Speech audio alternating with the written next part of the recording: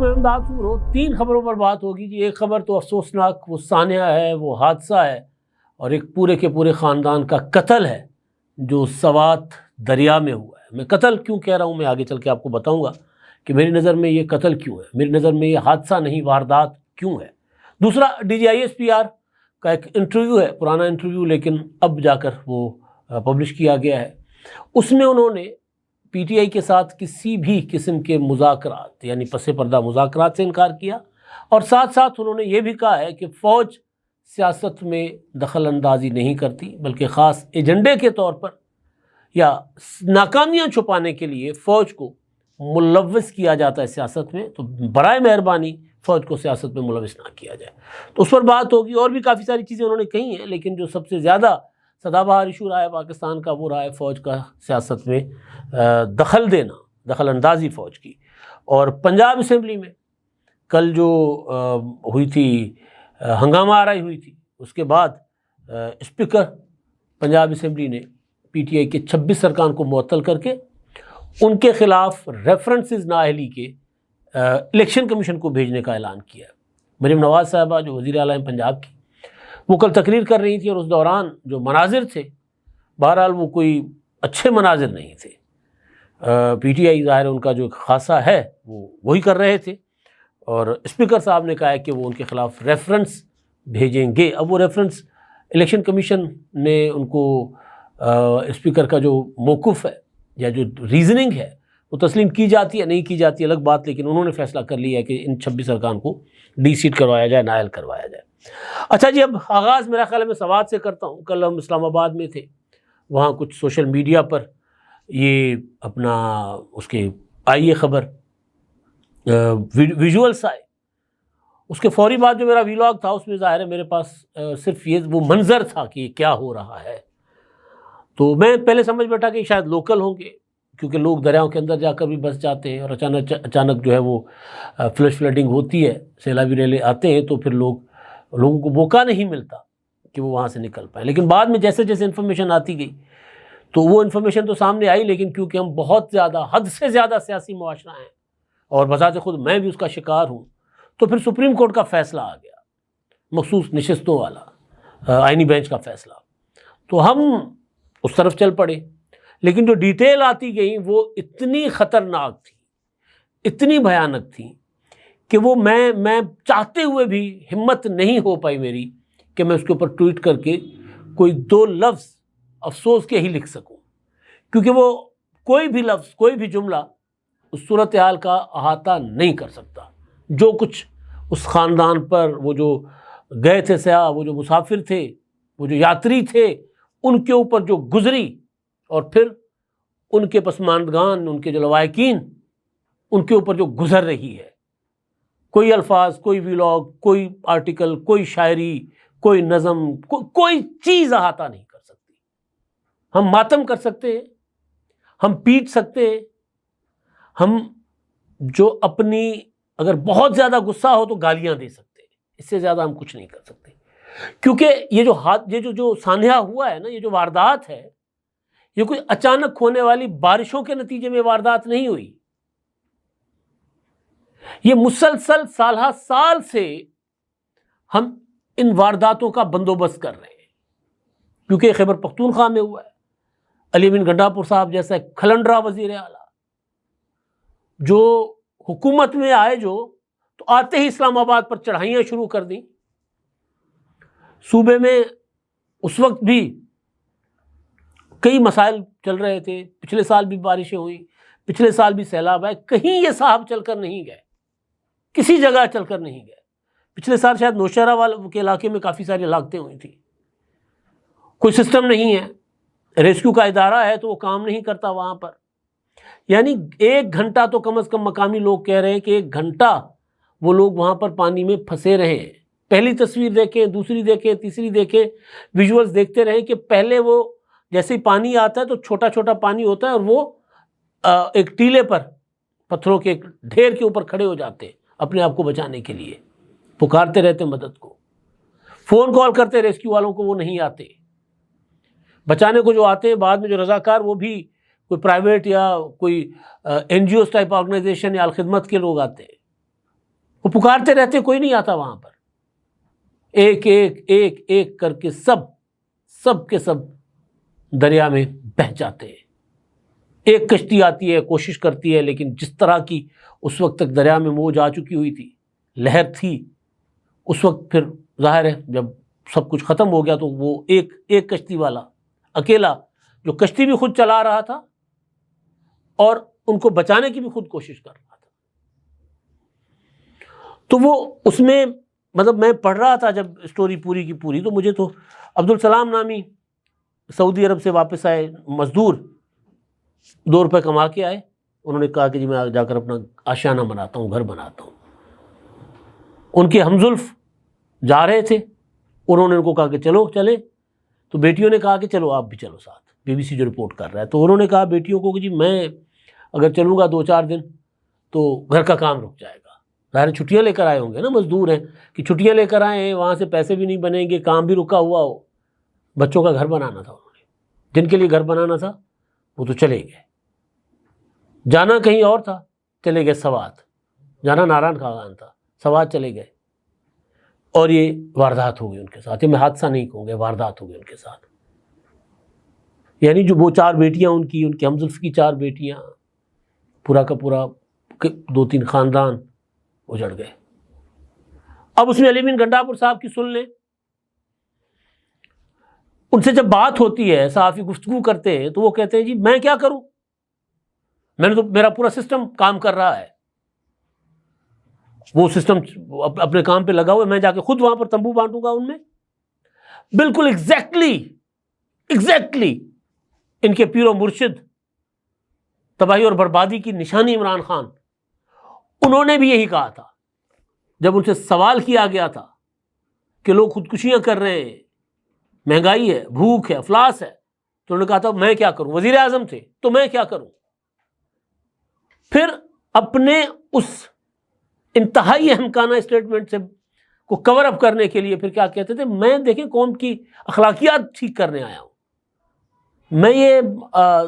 آلو ٹماٹر کی قیمتیں تھوڑی دیکھنے آیا ہوں۔ وہ وزیر اعلیٰ ہیں صوبے کے، ان کے چہرے پر ایک لمحے کے لیے بھی شرمندگی نہیں ہے، ندامت نہیں ہے کہ ان کا سسٹم کام نہیں کر رہا۔ بات صرف اس حادثے کی، اس سانحے کی، اس واردات کی نہیں ہے، جس بات پر میں تڑپ رہا ہوتا ہوں، بار بار ایسے موقعوں پر گزارش کر رہا ہوتا ہوں، سب کو، اہلیان اقتدار کو، اسٹیبلشمنٹ کو اور عام لوگوں کو، اور وہ لوگ جو کہ جعلی ایکسپرٹس کے پیچھے چل کے جو دریاؤں کو بند کرنے کی بات کرتے ہیں۔ دریا ایک سسٹم ہوتا ہے، ایکو سسٹم ہوتا ہے دنیا جہان میں، قدرت کا ایک نظام ہوتا ہے۔ گلیشیئر سے جب وہ شروع ہوتا ہے، میدانوں سے ہوتا ہوا، جنگل بیلے بناتا ہوا، ریت لا کر زمین کو جیون دان دیتا ہوا، جا کر گرتا ہے سمندر میں، ڈیلٹا بناتا ہے، اگین وہاں پر ایک زرخیز زمین چھوڑتا ہے، وہاں پر مینگرووز کے جنگلات چھوڑتا ہے، وہ جو پھیپھڑے ہوتے ہیں، آکسیجن ہوتے ہیں۔ ہم کیا کر رہے ہیں، ہم نے زمین کی دھرتی کے پھیپھڑے تو ہم نے تباہ کر دیے، بیلے تباہ کر دیے، کاٹ دیے، ختم کر دیے۔ اب ہم اس کو مزید مارنا چاہتے ہیں، زمین کو، دھرتی کو اور ماحولیات کو۔ جب بیلے نہیں رہے ہمارے، سندھو کے دونوں کناروں پر بیلے ہوا کرتے تھے، چناب کے دونوں کناروں پر بیلے ہوا کرتے تھے، کئی 100 میلز تک، راوی کے ساتھ بیلے ہوا کرتے تھے، جہلم کے ساتھ بیلے ہوا کرتے تھے۔ آپ سفر کریں، ان بیلوں کی جگہ اب کیا ہیں، ہاؤسنگ سوسائٹیز۔ راوی اربن جو پروجیکٹ چل رہا ہے راوی کا، اربن سٹی پتہ نہیں کیا، روڈا۔ پرسوں ہم اسلام آباد جا رہے تھے تو راوی سے گزر رہے تھے، تو راوی یعنی جانے والی سائڈ پر، اسلام آباد کی طرف جانے والی سائڈ پر لیفٹ پر، جیسے ہی راوی کے اس کنارے پر پہنچے، ہم نے دیکھا ایک بڑی سی ہاؤسنگ سوسائٹی بن رہی ہے راوی کے کنارے کے اوپر، بالکل جہاں راوی کا برج ختم ہوتا ہے وہاں پر ہاؤسنگ سوسائٹی بن رہی ہے۔ تو جو میں کہہ رہا ہوں، یہ واردات ہے، یہ واردات ایک دم نہیں ہوئی، اس میں سالہ سال لگے ہیں، محنت کی ہے ہمارے ارباب و اختیار نے اور ہمارے عام لوگوں نے بھی، اس کو اجاڑنے میں، تباہ کرنے میں۔ عام لوگوں کا قصور اس لیے نہیں ہے کہ ان کو اتنا زیادہ فہم نہیں ہوتا، یہ تو ہم نیچے کر رہے ہیں نا، کہ ہم نے میدانوں میں جو بیلے تھے ختم کر دیے۔ ہمارے پاس جنگلات تھے، خیبر پختونخوا میں، آزاد کشمیر میں، گلگت بلتستان میں، اور وہ جنگلات دریاؤں ندی نالوں کو کے ساتھ ساتھ چل رہے ہوتے ہیں اور پورا ایریا جنگلات کا ہے. جب سے عمران خان صاحب کی کے پی کے میں حکومت بنی ہے ٹمبر مافیا نے گنجا کر دیا ہے جنگلات کو, اپنا پہاڑوں کو. ہم سوات گئے تھے کئی سال پہلے اسی جگہ پر جہاں حادثہ ہوا ہے, اسی کے سامنے ایک ہوٹل میں ہمارا قیام تھا, اور وہاں پر ہم نے دیکھا کہ بلین ٹری سونامی نام سے جو ڈرامہ ہو رہا تھا کہ ان جنگلات میں مردان سے سوات کی طرف جاتے ہوئے لگے ہوئے تھے بلین ٹری سونامی کے بورڈ, اور درخت لگے ہوئے تھے سفیدے کے, یعنی قیمتی درخت بیچ دیا گیا, ڈرامہ کر کے سفیدے کے درخت لگائے گئے. اب وہ جو جنگلات کاٹے گئے اوپر پہاڑوں کے اوپر, وہ ذمہ دار ہیں اس حادثے کے اور ٹمبر مافیا اور کے پی کے کی حکومت, کیونکہ قدرت کا ایک نظام ہے. یہ چھوٹے چھوٹے چھوٹے ندی نالے جو ہیں نا, وہ نالیوں کی شکل میں یا تھوڑے جھرنے کی شکل میں بارشوں کے بعد یہ نیچے آتے ہیں, اور پھر وہ دریا سوات میں, دریا کنار میں, جتنے بھی مظفر آباد کا جو جہلم دریا ہے, جتنے بھی دریا ہیں بلوچستان کے, سندھ کے پی کے پنجاب کے, یہ جو سیالکوٹ سے آتے ہیں, نالا ایک نالا ڈے, یہ سارے اسی طرح چھوٹے چھوٹے چھوٹے چھوٹے جھرنوں اور بارشوں میں جو بنتے ہیں نا نالے, ان سے پھر یہ دریا بنتے ہیں. ان کو روکتے جو ہے نا پانی کا فلو, جس سے لینڈ سلائیڈنگ بھی نہیں ہوتی اور پانی آہستہ آہستہ اپنے قدرتی فلو میں نیچے آ کر بڑے نالے میں اور بڑے نالے سے دریا میں گرتا ہے. وہ ہوتے ہیں درخت, بڑے بڑے درخت, صدیوں پرانے درخت, وہ کاٹ دیے گئے. اب کیا ہوتا ہے, بارش ہوتی ہے, پانی کو کوئی راستے میں رکاوٹ نہیں ہوتی, پانی ڈائریکٹ آ کر دریا میں گرتا ہے اور منٹوں میں دریا میں بھر جاتا ہے. وہاں کے لوگوں نے جو قدرتی سسٹم کے تحت سوچا ہوا ہے کہ جی فلاں مقام پر جو بارش ہوگی تو سوات تک آنے میں 2 دن لگیں گے یا 1 دن لگیں گے, وہ تو اسی حساب سے سوچ رہے ہوتے ہیں. لیکن کیونکہ اوپر ساری رکاوٹیں ختم کر دی گئی ہیں, کوئی ایسی جگہ نہیں ہے جہاں کوئی جھرنا, کوئی پانی کوئی روکے اس کو, کوئی درخت جو تھے پہلے والے. رکاوٹ ہوتی ہے نا, آہستہ آہستہ آہستہ پانی نیچے آتا ہے. لینڈ سلائیڈنگ میں نہیں, آج کل لینڈ سلائیڈنگ کتنی ہو رہی ہے, اس کی وجہ بھی یہی ہے, درخت کاٹ دیے گئے. درخت کی جڑیں جو ہوتی ہیں مٹی کو جکڑ کے روک کے بیٹھی ہوتی ہیں, درخت نہیں ہے, جڑیں ختم ہو گئی ہیں, تو بارش ہوتی ہے لینڈ سلائیڈنگ ہو جاتی ہے. پہلے اتنی لینڈ سلائیڈنگ نہیں ہوا کرتی تھی. تو یہ واردات ایک دم نہیں ہوئی, یہ پراپر سالہ سال سے کی گئی. اور جب سے عمران خان کی حکومت ہے, مافیاز کی حکومت, اس حکومت نے بیڑا غرق کر دیا خیبر پختونخوا کا. حادثات پر حادثات ہو رہے ہیں, پہلا حادثہ نہیں ہے. علیمہ خانم صاحبہ جو ہیں وہ گئی تھیں عمران خان جب وزیر اعظم تھے کہیں گھومنے پھرنے اوپر پہاڑوں میں, بارشیں ہو گئیں یا کوئی لینڈ سلائیڈنگ ہو گئی, وہ پھنس گئے,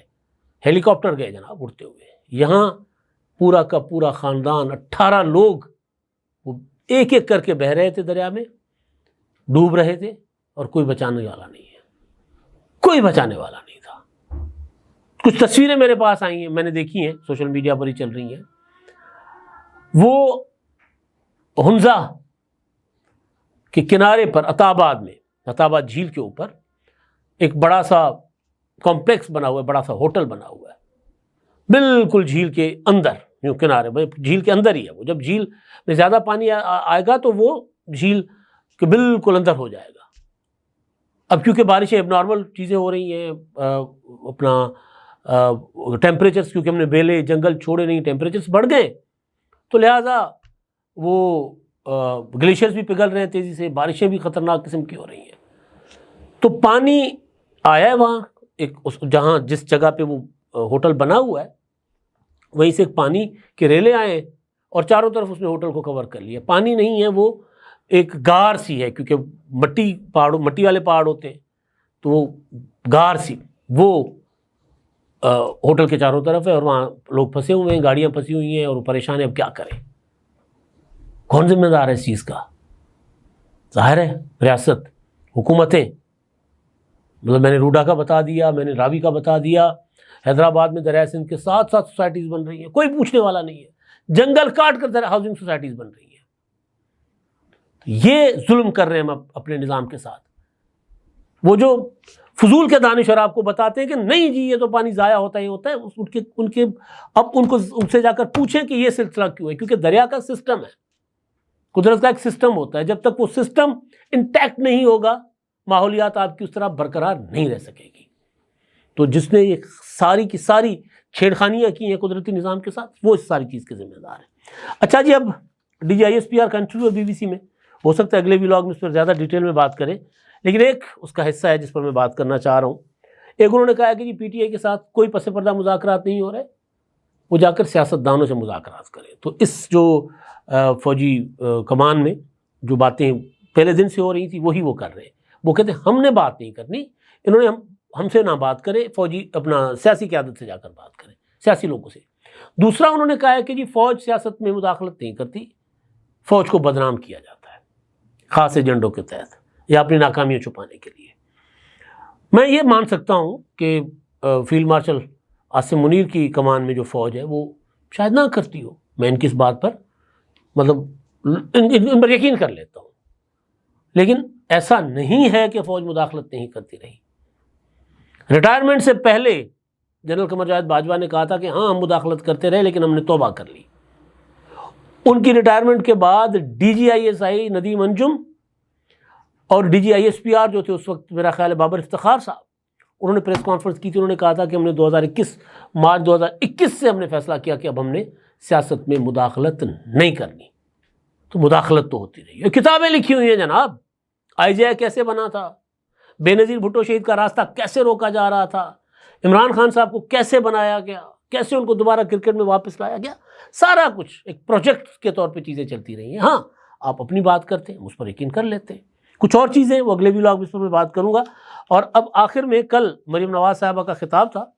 پنجاب اسمبلی میں، اور اس کے دوران PTI والوں نے ادھم مچایا ہوا تھا، نعرے بازی، شور شرابہ۔ بہرحال مریم صاحبہ نے خطاب اپنا پورا کر لیا تھا، بجٹ کے اوپر تھا، تو اس پر اسپیکر پنجاب اسمبلی نے 26 ارکان ہیں PTI کے، اور وہ نام نہیں پڑھتا میں، کافی ساری لمبی لسٹ ہے 26 کی، ان کو انہوں نے کہا کہ جی ہم نے معطل کر دیا ہے، اور انہوں نے یہ بھی اعلان کیا کہ ان کے خلاف اسپیکر اپنا چیف الیکشن کمشنر کو، الیکشن کمیشن آف پاکستان کو ان کے خلاف ریفرنس بھیجیں گے۔ ظاہر ریفرنس ہوتا ہے ڈی سیٹ کرنے کا، نااہل کرنے کا، ریفرنس بھیجیں گے کیونکہ انہوں نے ایوان کی حرمت اور نظم و ضبط ہر قیمت پر برقرار رکھنا ہے، لہٰذا اس طرح کا احتجاج جو آئینی حدود سے تجاوز کرتا ہے اس کی اجازت نہیں دی جائے گی، اور پھر وہ ان کو ڈی سیٹ کرنے کے لیے، نااہل کرنے کے لیے انہوں نے کہا کہ وہ الیکشن کمیشن کو ریفرنس بھیج رہے ہیں۔ میرا نہیں خیال کہ الیکشن کمیشن شاید اس ریفرنس کو کوئی زیادہ انٹرٹین کر سکتا ہے۔ احتجاج اس طرح کا دنیا جان کے پارلیمنٹ میں ہوتا ہے، PTI والے دو آگے چلے جاتے ہیں، گندی نعرے بازیاں کرتے ہیں، سارا کچھ وہ کر رہے ہیں، اس میں کوئی شک نہیں ہے کہ تہذیب کا ہر دامن انہوں نے ہاتھ سے چھوڑا ہوا ہے۔ لیکن بہرحال میرا نہیں خیال کہ ایوان میں احتجاج کی وجہ سے ان کو ڈی سیٹ یا نااہل کیا جا سکتا ہے۔ ہاں اسپیکر کے پاس اختیار ہے کہ ان کو معطل رکھے 1 ماہ کے لیے، 2 ماہ کے لیے، 3 ماہ کے لیے، لیکن نااہلی مجھے نہیں لگتا کہ اس بنیاد پر ہوگی۔ اب تک کے لیے اتنا ہی، اللہ حافظ۔